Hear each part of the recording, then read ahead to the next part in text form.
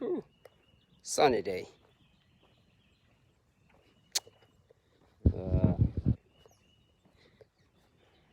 Another beautiful day. I almost want to say I'm running late to work today. Happy Monday. I'm actually running a little bit behind today. So, how do I do that? Yes. Running a little bit behind today. And I'm sort of just taking it easy.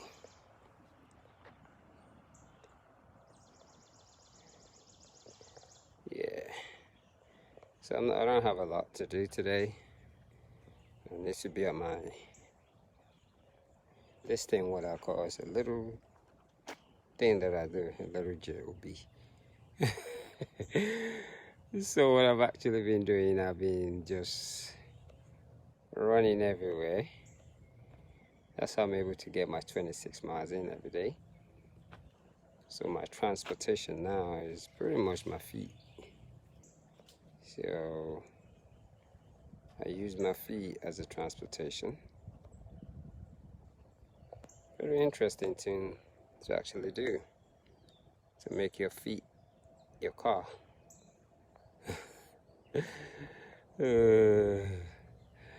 Plus I've always wanted to run a marathon every day, so this just allows me to get it all in. So today is marathon number 56. Yes, marathon number 56. Like I said, I tag along everywhere with my feet. It's been amazing. Just going everywhere and just run everywhere. I tell you what, life is so unique, and a lot of time we just don't realize it. And the uniqueness about life is how we are all superhuman, but that superhuman activity, we don't really tap into it. Oh, look at this beautiful place. Just because of some simple little things that we take for granted. Yep, that's the reason why we don't. Man, where's that South Inlet? I'm trying to see. That's the reason why we don't tap into that superhuman status of ours. And those things is because of the things that we love extremely. And I guess that's where non-judgmental has to come to it. Sometimes a lot of our discriminative thoughts create setting of abundance of differences in humanity and what we don't understand. So the whole ideology of being in that space and realizing the superhuman potential has a lot to do with balance. And that balance means eating in moderation, sleeping in moderation, making love, having sex, whatever you want to call it, in moderation, and drinking, whether it's alcohol, it doesn't even matter what it is, in moderation. Even though if it's smoking, in moderation. So, and I think everything that we do, because we do not know how to do them in moderation. So pretty much the whole essence of this thing called a consciousness is anything that you do not need, anything that you cannot do in moderation, leave it alone. Yes, that's pretty much what it is. If you cannot do something in moderation, you pretty much do not need to be doing it. And that's one of the reasons why it's very hard to get connected to the sun and the moon. It's really funny how the women are more connected to the sun than we realize. No, the moon. Because every month, even though we take it very lightly, the woman goes through this period and of every month where the moon shifts their whole womb and they begin to pour out different type of energies. And me being part of the Ignorant Boys Club once upon a time, we call it all type of names, all period, all this. But what it is every month that women go through, it is so powerful beyond recognition. But we very much talk about it because we look at blood as, oh. But the thing is, every month, that thing probably cleanses the universe. It probably does so many things that even women do not even realize. You know, because it's such a powerful moment. Every woman has it. You know, and for a being to rotate her womb around the moon like that every month, it is something that every one of us need to begin to kind of just think about, and just to see how much of a role culturally our women actually played in our spiritual enlightenment. But of course, we're very blind to things like this. We are masculinized with a bunch of mystics. And those bunch of mystics that we've attained into our brain most of the time create doubt. And that's why in many cases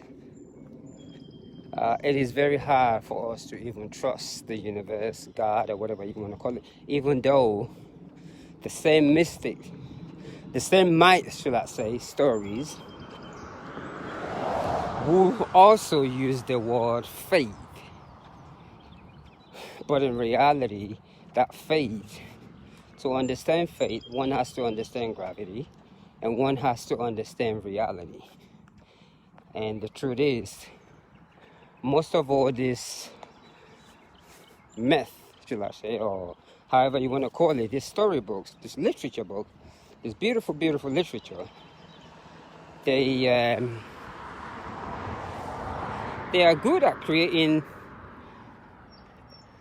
certain things into the mind, but their ability to deal with certain reality is very limited due to the contents it was written. So the whole word of faith and trust actually comes from the brain. And to have that faith and trust, a lot of movement is required in the body. How you eat also participate, what you put in your system, and sometimes how much sex you have has a lot to do with it. What we don't realize about the chi energy is, for most men, every time we ejaculate life. And that life's energy that come out of your vein is what makes most men get older quickly, because it's a very, very powerful energy that we just ejaculate that is just so amazing, but at the same time very addictive. So consciousness and spirituality, it involves understanding your whole being, from your abdomen to your throat to your tongue to your neck, the air, all the parts of your body that sucks in this energy into you to make you function. not understanding those things and being discriminatory towards it causes a lot of confusion. We've looked at it as a taboo. It used to sound sweet when somebody said, yeah, I used to be a stripper, now I find the Lord. It's really funny because I look at it to be a form of stereotyping. Because in reality, what is wrong with being a stripper? What is wrong with sleeping with different men? And this energy that we fail to attain, because a lot of people, we always think, well, now that I stopped sleeping with different men, I'm holy. Who says you can't be holy when you're drunk, when you sleep with different men? So that discrimination causes a lot of delusion. Because most of the time, all these women that you call, that we're trying to call prostitute, because that name looks good on a woman. When a woman says it, when you say, yeah, he a slut, she's a slut, everybody looks around. But when you use the word, he's a slut, the facial expression changes. Like, what? You know, and the question that comes in is, why is he a slut? Duh. You know, so, and it's just those masculine religious beliefs that has made it so easy for those type of judgments. So I always say this, because whether you stop dancing on the pole and you spend all your life in the church and singing, or mocks, or whatever change you want to say you went through, your character is still the same.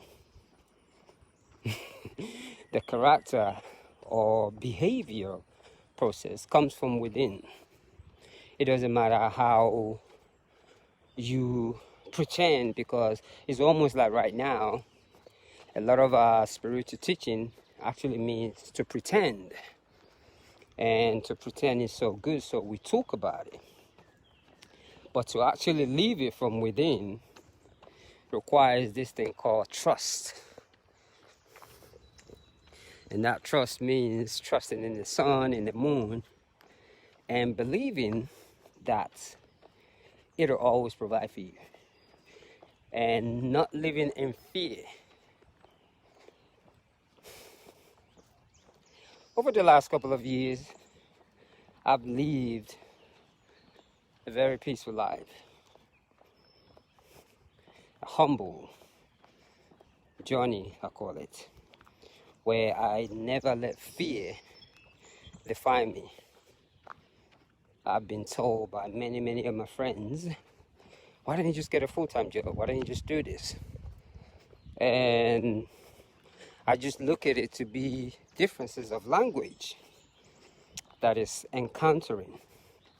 Because my whole ideology is get up every morning, stretch your body, walk 5 miles, then I'll listen to you. And because we don't do the same thing, so our fear base is totally different. I truly get what everyone is saying. It's just that we all have a right to live in different energy. Most people that I talk to live in a fearful energy. Unlike myself, I call it life free, dangerous.